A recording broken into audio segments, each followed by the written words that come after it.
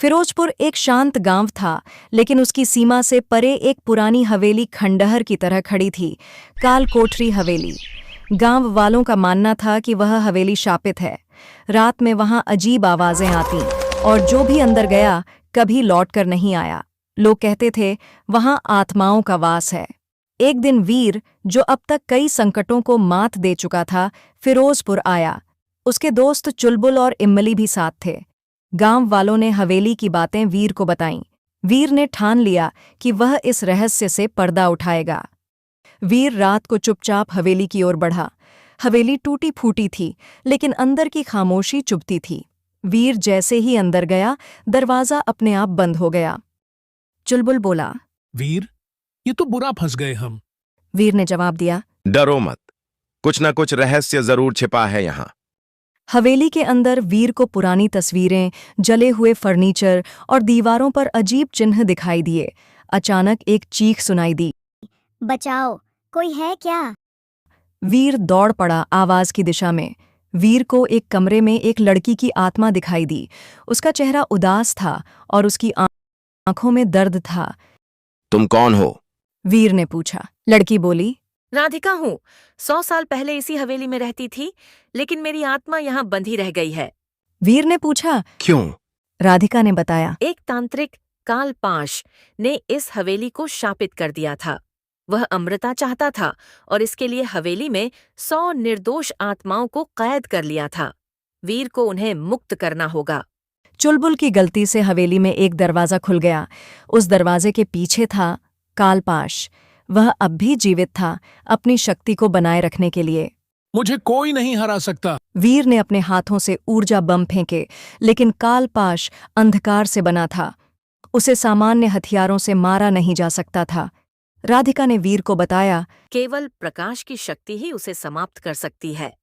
वीर को पता चला कि हवेली के नीचे एक गुप्त मंदिर है, जहां शुद्ध प्रभा क्रिस्टल रखा है, जो सबसे शुद्ध प्रकाश पैदा करता है। वीर ने सुरंग में उतरकर कई भयानक भूतों और जालों को पार किया। एक जगह यदि तुम सच्चे दिल से सबको मुक्त करना चाहते हो तो इस परीक्षक से बचो। आत्मा ने कहा। वीर ने साहस दिखाया और अंततः क्रिस्टल को प्राप्त किया। कालपाश ने अब हवेली को ही जिंदा कर दिया था। दीवारें हिल रही थीं, फर्श फट रहा था, भूत उड़ रहे थे। वीर ने क्रिस्टल को अपनी छाती में लगाया और तेज प्रकाश के साथ कालपाश पर वार किया। एक भीषण चीख के साथ कालपाश जल गया। सारी आत्माएं मुक्त हो गईं, राधिका भी। धन्यवाद वीर, अब हमें शांति मिली, राधिका ने कहा और आकाश में विलीन हो गई। गांव वालों ने वीर का स्वागत किया। हवेली अब शांत थी। वीर, चुलबुल और इम्मली वापस अपने शहर लौट गए, लेकिन वीर को मालूम था हर जगह कोई न कोई रहस्य उसकी प्रतीक्षा कर रहा है। 1 साल बीत चुका था। फिरोजपुर अब पूरी तरह शांत और सुरक्षित हो गया था। हवेली अब खंडहर बन चुकी थी, मगर गांव के लोग अब भी वहां जाने से डरते थे। वीर एक नए मिशन से लौटा था और इम्मली के साथ स्कूल में आराम से समय बिता रहा था।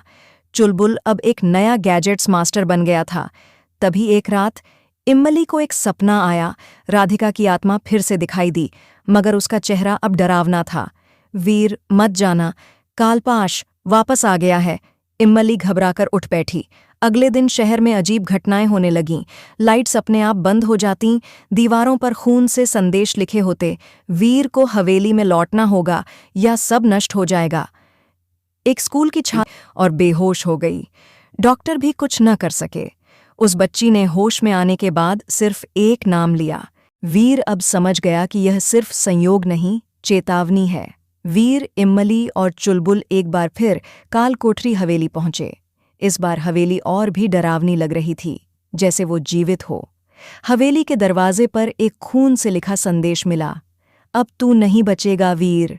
भीतर प्रवेश करते ही चारों ओर धुआं और चीखों की गूंज होने लगी। पुराने कमरे अब बदल चुके थे। दीवारों से हाथ निकल रहे थे। छत से उलटे लटकते आत्मा जैसे आकृतियां दिख रही थीं। चुलबुल कांपने लगा। इस बार ये कुछ ज्यादा ही बुरा है वीर। वीर को एक कमरा मिला जहां राधिका की आत्मा फिर से दिखाई दी, मगर वो अब कराह रही थी। राधिका, तुम तो मुक्त हो गई थी। राधिका बोली, मुक्ति अधूरी थी वीर। कालपाश की आत्मा अब एक और शरीर में समा गई है, एक बच्ची में, उस मासूम लड़की में जिससे तुम मिले थे। अब वो धीरे धीरे कालपाश बन रही है। वीर चौंक गया। मतलब अब कालपाश का शरीर इंसानी है? राधिका ने सिर हिलाया, और जब पूर्ण अंधकार आएगा कालपाश पूरी तरह जागेगा। वीर को अब पता था अगली पूर्णिमा की रात को कालपाश फिर जन्म लेगा। उसे पहले उस बच्ची को ढूंढना होगा जो अब कालपाश का माध्यम बन चुकी थी। वीर ने अपने सेंसर से शहर में खोज शुरू की। अंततः उसे बच्ची मिली। उसका नाम था अंजलि, लेकिन अब उसकी आंखें काली हो चुकी थीं और वह बोलती नहीं थी।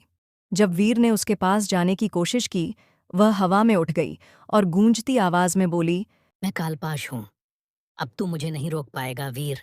पूर्णिमा की रात आई। अंजलि गया जहां एक पुराने यंत्र से उसका बलिदान करके कालपाश का पुनर्जन्म होना था। वीर ने समय रहते पहुंचकर उस प्रक्रिया को रोकने की कोशिश की, मगर तांत्रिक आत्माएं चारों ओर से घेरने लगीं। वीर की ऊर्जा खत्म हो रही थी। तभी चुलबुल ने एक नया गैजेट निकाला, अल्ट्रा सोल डिवाइस, जो आत्माओं की वीर, ऊर्जा को जल्दी खींच सकता क्रिस्टल था। को डिवाइस में जोड़। चुलबुल चिल्लाया। वीर ने शुद्ध प्रभा क्रिस्टल डिवाइस में लगाया और तेज प्रकाश के साथ हवेली फिर से कांप उठी। कालपाश की आत्मा चिल्लाई। वीर, जल्दी क्रिस्टल को डिवाइस में जोड़। चुलबुल चिल्लाया। वीर ने शुद्ध प्रभा क्रिस्टल डिवाइस में लगाया और तेज प्रकाश के साथ हवेली फिर से कांप उठी। कालपाश की आत्मा चिल्लाई, मुझे कोई नहीं रोक सकता, मैं अमर हूं।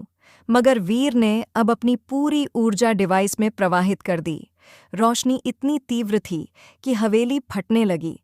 आत्माएं जलने लगीं। अंजलि जमीन पर गिर पड़ी। अब सामान्य बच्ची बन चुकी थी।